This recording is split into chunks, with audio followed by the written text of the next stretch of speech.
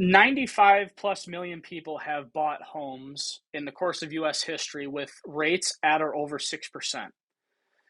Is it less affordable to buy Mm. today than it was with a 3% rate? Of course it is. No, I don't think anyone is logically denying that. But I think people need to know, like, Right. if you personally feel comfortable in your life and what you got going on, it's okay to still own a home, and it's okay to get a more suitable home. My name is Kevin McIntosh, and this is the Closing Table, where we talk to experts about their experience in real estate all across the country. Let's go.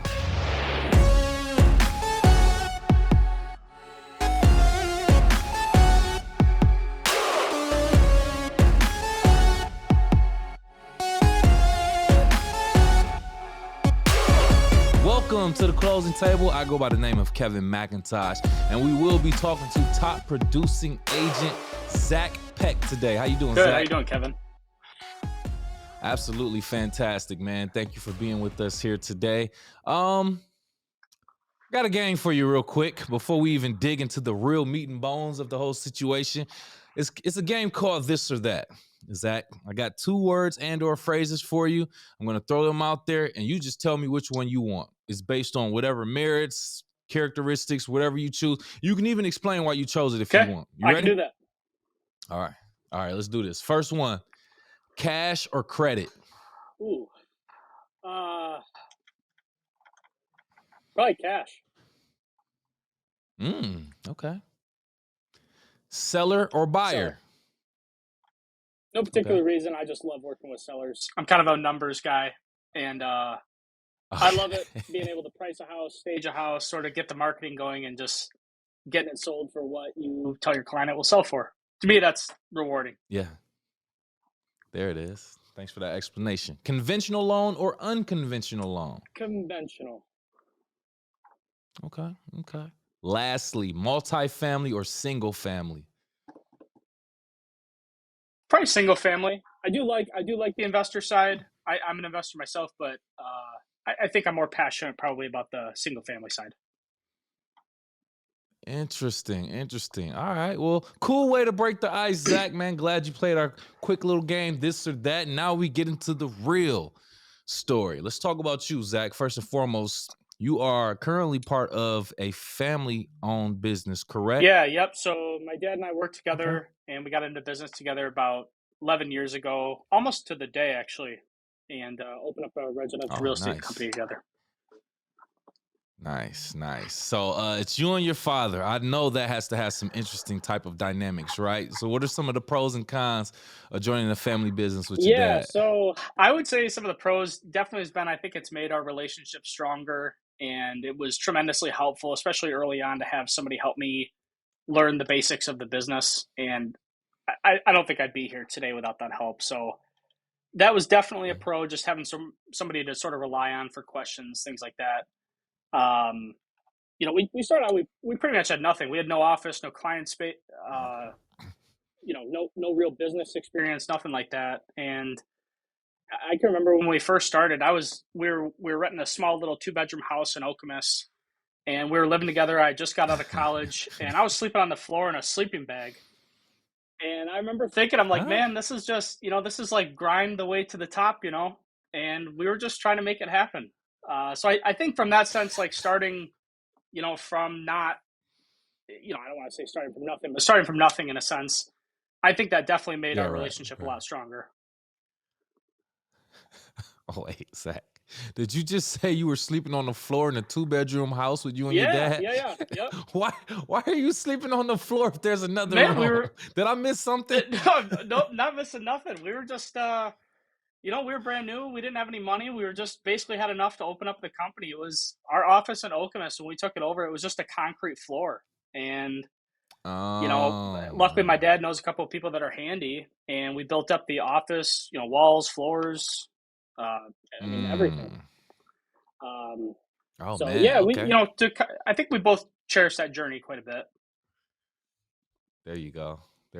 Good. All right. Yeah. That is a good learning experience, and humble beginnings Yeah, also make you appreciate your how far you've come in your journey yeah, also. So yeah. great. Zach, you put out some pretty interesting content on YouTube, man. That's very digestible at that, man. You did something where you basically gave like a market rundown of the greater Lansing area, the area that you serve, by the way. Let's talk about it first and foremost. You spoke on the housing market being overpriced or whether or not it is. Can you talk about that briefly? Is the Lansing housing market currently overpriced? Yeah, so in short, check out the video and subscribe, by the way. But Please in do. short, so the Lansing area appreciates at 4% a year since being tracked in 1978, and starting in Mm-hmm. 2020, we started to get just ahead of that appreciation trend, and then 2021 it was 2 to 2.5% over that trend line, and then I think in 2022 it was roughly about 2 to 2.5% again. So based on that, one could reasonably say that Lansing area was roughly 4 to maybe 6 or 7% overpriced. And Mm-hmm. in the Mm-hmm. last roughly 6, 7 months, we've seen about a 2% correction in prices, with I think probably another 2 to maybe 4 or 5% to go. I don't think we're going to see any sort of major fallout in housing prices, barring some sort of major economic or world event, because supply is still just too low. There's some data that suggests that Right. we're Yeah. about 3,500 to maybe 4,000 homes behind current demand. Right, right. And I love that, man. You really broke all that down in that video. And I didn't want you to give away too much right now. If you want to hear more, please go and subscribe to his channel. We want to shift people over there. But yeah, man, you gave a great breakdown. You gave great perspective there. So with that being said, then, right, housing prices in the Lansing market compared to other markets, I mean, are we high? Are we low? Let's keep it more regional compared to other cities and markets in Michigan. How is Lansing comparing to Yeah, that? so I'm biased, of course, but I think Lansing is, or the general sort of Lansing mid Michigan area, is a great place to be. I think our median sale price today is like 179,000, somewhere in there, where I think the national Mm, average is like 430, 440,000. So I think when you look at prices, just the quality of living, the quality of housing, it's generally speaking pretty affordable compared to the rest of the country. oh yeah, absolutely. I would agree too. Even just looking at local markets like Detroit, Yep. Grand Rapids, you looking $200,000-300,000 or something like that. It's Lansing is relatively like a great place to invest in real estate, if you I ask agree. me. So absolutely, absolutely.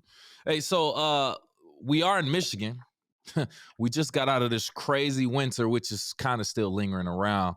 But I hear that there's like some type of seasonal fluctuation, right? In a winter or fall months, the how things are transactions are a little bit slower, let's just say that. And then when we get into the spring and summer months, these are when things start to pick up a little bit, I guess you could say. Let's talk about the slower months more specifically. That's what I'm interested in. Anybody could probably sell or buy in the summer, spring. What about the fall and winter? How can buying or selling during those months be beneficial? Yeah, that's a great question. So, and what's interesting is that this last late fall and winter season was, in my opinion, the first time we really saw seasonality come back into our real estate market, which historically is very normal and plays a big part in Mm, that. But during, winter of 2020, 2021, we didn't really have seasonality. Things were still moving like very yeah. similar to the summer months and spring months for that matter. But, as far as, when we talk about normal seasonality, I think there's a lot of advantage for it's a different perspective, right? So typically in the fall and winter months, there's less competition, right? A lot of buyers drop out of the market. It's Mhm. holidays, they're not out shopping. And same with the amount of homes that are being listed, right? That also drops off too for similar reasons. So one could say from the buying perspective, hey, you'll have less competition. You might also have less houses to look at, but you won't be competing with as many people. Mm, And same idea for sellers is we might have less buyers out there, right? But there's also less competition for you, meaning other homes on the market we need to convince buyers not to pick and to pick your home. So I don't know that one is necessarily better than the other. I think it's just a matter of perspective, mindset, belief system, stuff like that. right, right. I would agree. And another small thing that I think gets overlooked a lot when you're moving in the winter months, we're talking about snow. Nobody likes to do We're that. talking about ice. We're talking about, man, I mean, even just moving in and out of your home, you can potentially like ruin the carpet or something, bringing in the snow and the mud and stuff like that. I mean, that's something probably small relative to buying a house, but still, like, that's one less thing that that's something else that I would worry about when it comes to moving, man. I don't want to move in during that time or mess up my home, but if I can get a better deal, it might be worth it. That's just what I think personally. Yes. So I mean, no sugarcoating that. Nobody likes moving in the winter, and Right. same you can tell with sellers like, hey, if people are out looking and around Thanksgiving and Christmas, they're serious. They're not doing it for fun, and Yeah. and and Yep. vice Yep. versa. Exactly. So yeah, but no, there's no way around that, man. Moving to Michigan in the winter sucks. Man, oh my goodness, man. It's about perspective, but it is what it is. So I found out that there's a disclosure or some type of document that the seller has to give the buyer or something like that. And I think it's like a property disclosure or something like that, basically where they have to list out some of the defects and issues with the property. Are you familiar with Yes. this?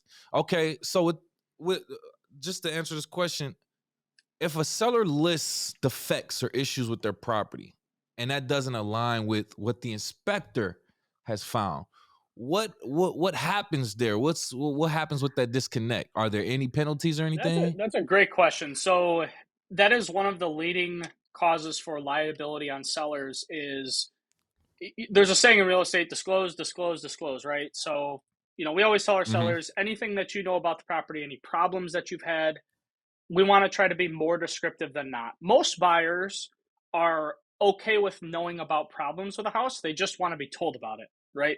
It's when Right, it's right. when a seller might say, and this is pretty rare this happens, but a lot of it what comes up when a seller says, "Oh, I occasionally get some water in my basement only during spring," right?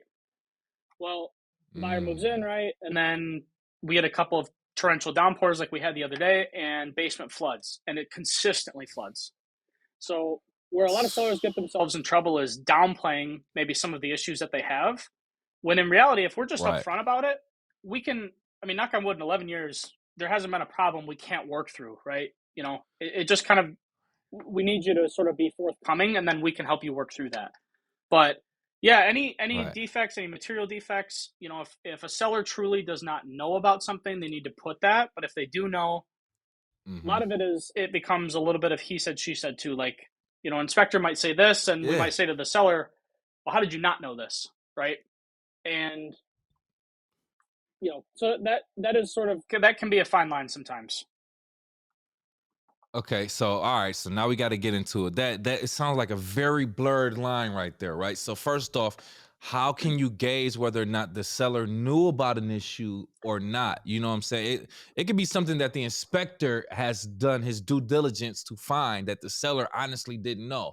So that's one thing. I don't. That's not necessarily a question, but I want you to think about that as I bring it to the perspective of if you do have a situation with the seller not disclosing something, whether they knew it or not, and then the inspector finds something, or let's just take that example that you gave. The seller says, "Oh, there's a little bit of leak," or whatever the case may be. The buyer goes into the home, finds out that it leaks more than what they say. Does the seller owe the buyer something, or because that's something the inspector would know if they just go inspect it one time on a day that's not raining? So, what happens there? Yeah. So, and that is ultimately the challenge, right? So I would say, first and foremost, hire a great inspector, right? The seller disclosure form Okay. is a form that the seller is filling out to the best of their knowledge, and Mm, 95+% of people are honest and truthful enough to fill it out completely and truthfully. Where you're okay. in that agreement, it says not to be solely relied on from information from the seller. So, for instance, like especially with a basement that Mm. gets wet, usually there's a lot of external or internal maybe factors that are contributing to that basement getting wet. And maybe the seller Right. says, yeah, when we get heavy rain, the basement gets wet. Well, why is that? And then that's the inspector's job to determine what the Okay. actual cause Okay. is.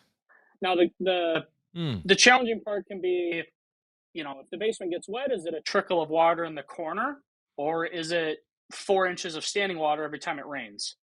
part of the inspector's job is Mm-hmm. determine, based on what he or she can see, is this an example? If we get a lot of rain, it's going to pool in this certain area, and then you're going to get that standing water. You know, that's a tough one though. You know, and that's what real estate attorneys are for. To be very honest, is that There you go. next piece of like, well, how much did the seller actually know versus what they chose to disclose to the buyer? But Right, again, right. Man, it's such a good thing that it's not just relied on the seller's yeah, word, that's what we man. pay great home inspectors for. Exactly. That kind of segues though. So with that being said, appraisals and inspections. How do you know whether or not you should get multiple appraisals or multiple inspections? I know with some lenders, there's some requirements like, oh, maybe you need three appraisals or whatever the case may be. But how do you know?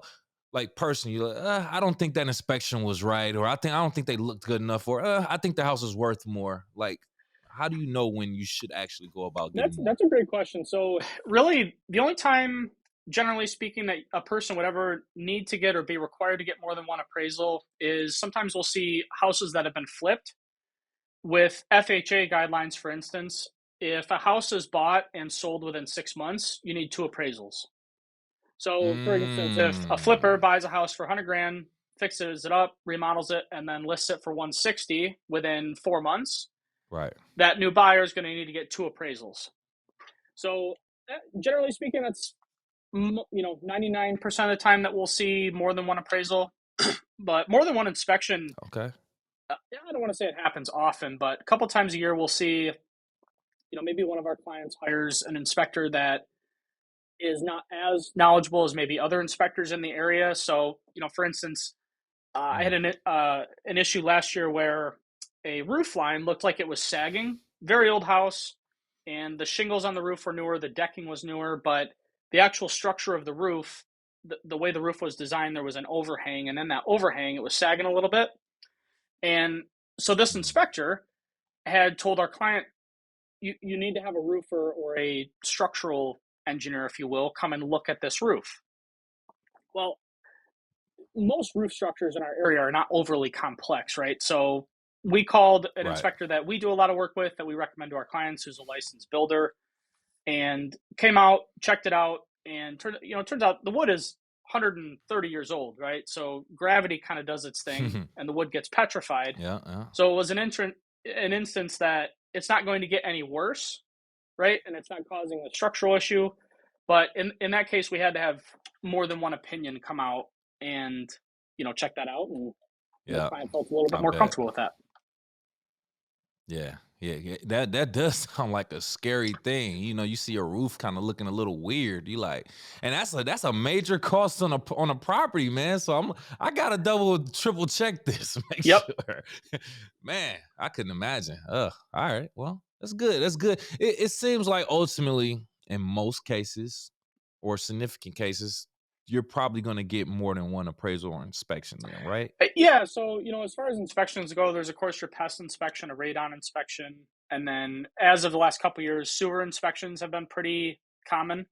So, a lot of the things that Uh, we can't see when we walk through a house is, of course, an attic or, the inside of a sewer line, right? We have no clue what those look like.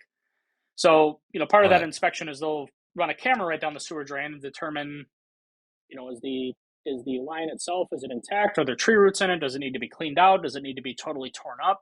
A $200 inspection can save people thousands and thousands of dollars. Oh Yeah. yeah. Oh yeah. Oh yeah. Oh, I saw. So that's something I just learned today. Is that done by two or three different types of inspectors, or is that one inspector comes to the home, he does the sewer, and he does everything else, or just specialized Most inspectors? of the time they're specialized, I think. At least that's been my experience. Oh, really? Yep. Okay. Right. Okay. Sounds about right. That's interesting. I never knew that. I thought it was just one inspector come out, do the whole swoop, and then you're I good. think But there's a couple here duly locally that noted. do that, and one or two that Hmm. they're kind of all under the umbrella with the same company, but they're each specialized in their own individual specialty. Oh, okay. Okay. Cool. They're saying the median year that a home was built in this tri-county area, Ingham, Clinton, Eaton County, 1975, the median I didn't year, know that. about average or whatever you want to call it.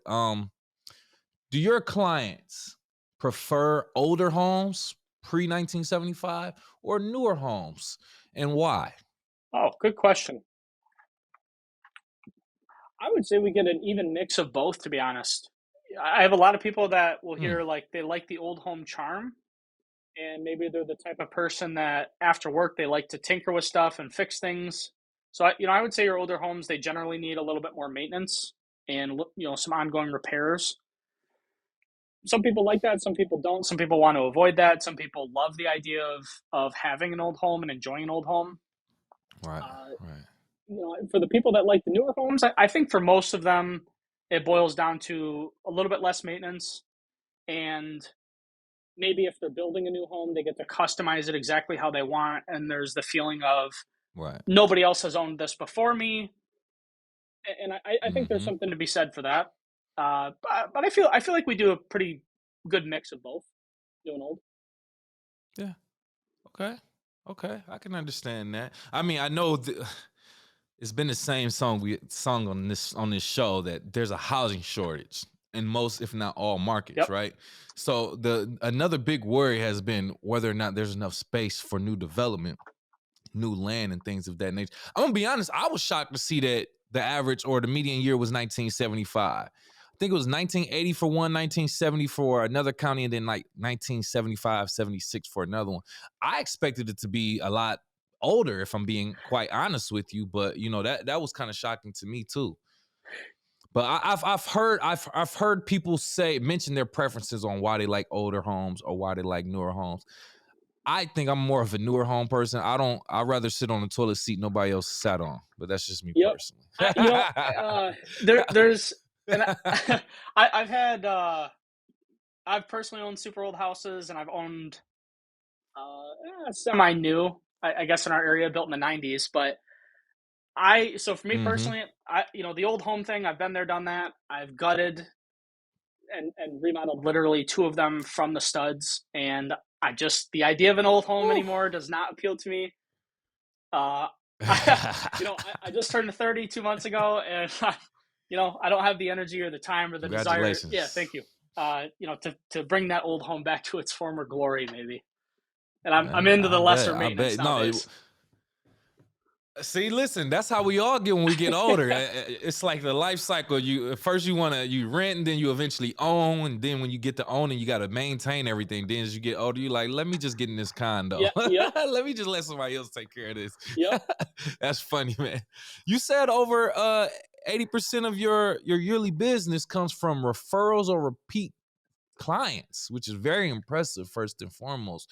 But with that being said, how are you incentivizing your clients to not only be repeat clients, but refer your business to other people? Man, that's a really good question. So one of the really big mistakes we made early on was we opened our company and went through the transaction. We'd have a great transaction. The client would close, and then for a long time we didn't talk to that client again, and it was it was a really poor way to, how do I want to say this, sort of just not only build a business but also serve the actual community that we live in and serve.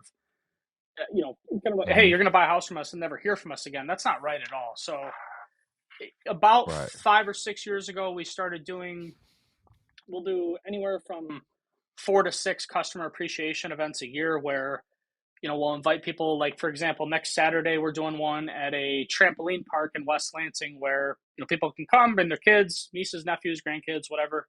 And Oh, admission is on nice. us. There's foam pits, trampoline park, there's basketball, there's zip lining, all sorts of different things. And whether people want to buy or sell from us at that time, awesome. If not, honestly, it really has just been kind of a cool way to stay in touch with them, see their families grow.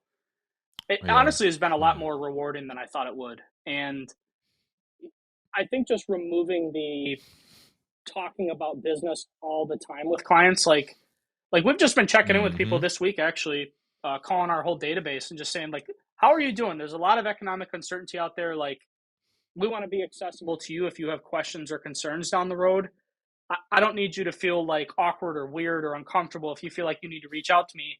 Zach, what the hell's going on in the real estate Yeah. market? Like, I want you to feel like you can contact me anytime. And I think just changing that mindset has been really instrumental from that. Man, let me tell you something. What you said is worth unlimited amounts of money, man. Because the fact that, I mean, that's just in general relationships too, man. Like, you don't want to always seem like you're asking for something or need for something. Just having a regular general conversation with people, that's how you build that rapport. And then sometimes in today's day and age, it could be weird, sometimes if you just calling somebody literally for no purpose just to check in on them. Some people are like, it's kind of weird for some people because it doesn't happen that often.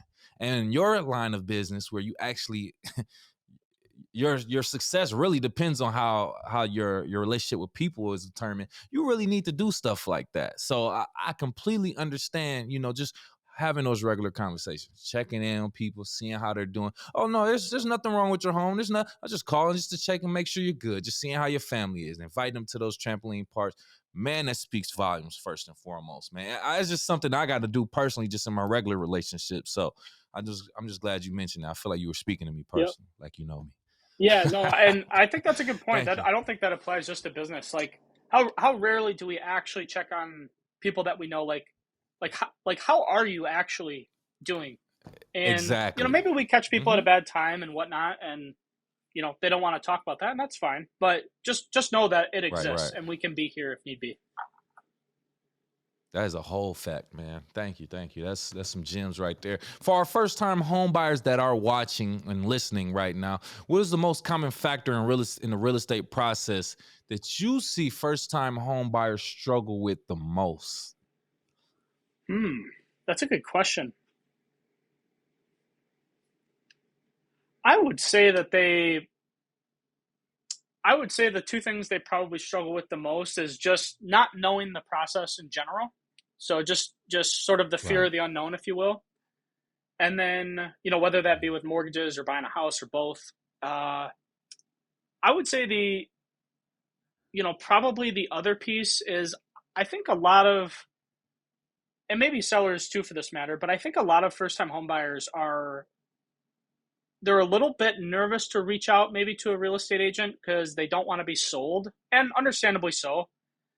But I think Mm. for like at least on my team, like we try to take the approach of we're going to be your consultant. Like if you're ready, if you tell me you're ready 9 to 12 months from now, I'm not going to talk to you about what the market is doing today. I'm going to talk to you a little bit about what Right. you would like to have in your new home, and then we're just going to ask you, would it Mm-hmm. be okay if we stay in contact once or twice a month with just information about the market pertaining to your home search, so that when you are ready, you know what to expect, right? I just think our industry needs to abandon this, like, oh my God, if they're not ready right now, we need to not talk to this client, or we'll call you in 6 months.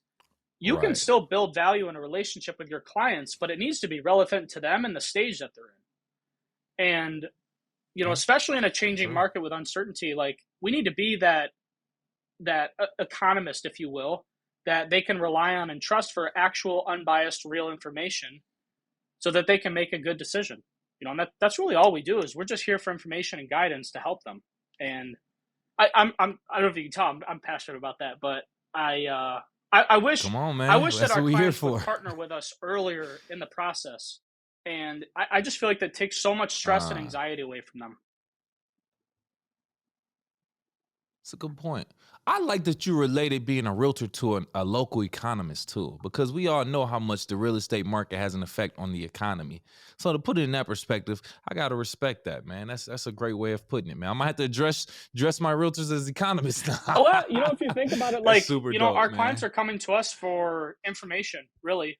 And if Yeah, we can't yeah, yeah. explain what the market is doing and what it means for them, what worth do we really Hmm. have? And the better I think that we can get at that, not only the better, does the consumer benefit, but I think everybody can benefit and make a better decision from things like that.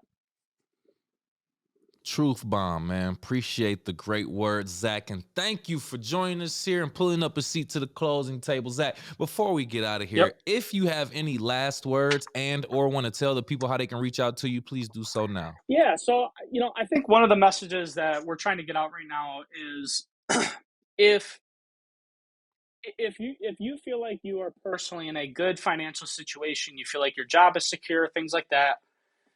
95 plus million people have bought homes in the course of US history with rates at or over 6%. Is it less affordable to buy Mm, today than it was with a 3% rate? Of course it is. No one, I don't think anyone is logically denying that. But I think people need to know, right. like, if you personally feel comfortable in your life and what you got going on, it's okay to still own a home, and it's okay to get a more suitable home. And one of the things that we're asking people is a lot of probably one of the number one thing we're hearing right now is, well, rates are too high. And maybe that's right, maybe that's true for you, but we might also say, well, how long are you willing to wait to get what you want? And I don't think there's a wrong answer for Mm, that. I think the answer is probably different for everybody, but if this becomes our new norm where rates are 6% for the next 10, 20, 30, 40 years, they averaged between 6 and 7% for 70 years prior to '07. So, correct. some economists think we won't ever see 3% rates again. Some think we won't even see 4% again. I don't know what to think about that yet, Mm, but I think people need to know, like, it's okay. The sky's not falling. Is it different? Absolutely it is. But just make sure mm-hmm. you partner with someone that is actually educated on the market and that can actually explain to you what's going on and what it means for you. That makes the world a difference, and they can remove a lot of that uncertainty for you. Nice, nice. And did you want to tell people how they can reach out to you? Yeah, so check out zachpeck.com. Our website is attached to the multi-listing service. Every 15 minutes it gets updated. You can check us out on Google too. Just Google my name. All of our contact info is on there. Um, Check us out on Facebook. Find us just about anywhere on the internet. Yes, and please go subscribe to his YouTube channel. He does very great in-depth reports about his current market, man. Thank you again for joining us here, Zach. For all my YouTube viewers right now, you already know, if you got this far, you got to hit the like button for us, hit the share button, and also subscribe to our channel. And if you are listening on Apple, Spotify, or any other podcast platforms, please do the same. Give us a like, a 5-star rating, and also subscribe for our latest content. Gotta have a question for our audience I'd like to leave them with, Zach. Question today for our audience. Would you purchase and move into a home during the winter season in your market? Why or why not? Leave your comments below. Other than that, we'll see you next time.